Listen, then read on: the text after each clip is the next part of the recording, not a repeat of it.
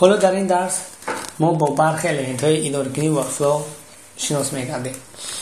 البته در اینجا نه همه الیمنت ها آورده شدند. عادتاً الیمنت استانداردی ورکفلو در طرف چپ محیط برنامه‌ریزی ویژوال استودیو جایگیر کرده می‌شوند که نمودی چنین را دارد. تا این الیمنت ها در تحت نت فریمورک 3 جایگیر میباشند که نت فریمورک 4 و بالا الیمنت هایش کمی تغییر یافته شدند. در این رسم البته مقداری که آنها آورده شده است که مقدار آنها چقدر که در بالا گفتم در نت فریمورک 4 بسیار میباشند، اما فرق آنها تنها در نمودی ظاهریشان گفته میتونیم. حالا باشد در پایان انیخترش در جدول برخی الیمنت های اداره‌کنی با شرحشان آورده شدند که الیمنت ها تنها در ورکفلو استفاده می شوند.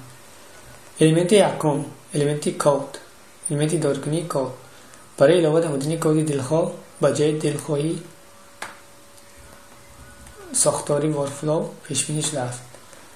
الیمنت دیلای تایمر کد با وقت با تایمر پیش بینی کرده شده است. الیمنت یعنی اکتیویتی if else کدی آماده برای گذاشتن افاده منطقی و شاخرانی. الیمنت اداره‌کنی پارالیل کدی آماده برای کار با یکسر قسم‌های کد و عمل. الیمنت اداره‌کنی ترمینیت کدی آماده برای تعجیلاً قطع کردن کدی برنامه. و الیمنت اداره‌کنی while کد آماده برای کار با سیکل دور و برای تشکیل نمودن عملهای دوری. هنگام اجرای if parallel و while در اینجا ما شرط گذاشته هر شرط این سه الیمنت رو اداره کرده میتونیم. در کد باشد کد دلخواه رو همچون کنسولیگ علاوه کرده اجرا کرده میتونیم. در دیلای نیز هنگام اجرا کردن یگان فونکسیون با وقتی معین اجرا می شود.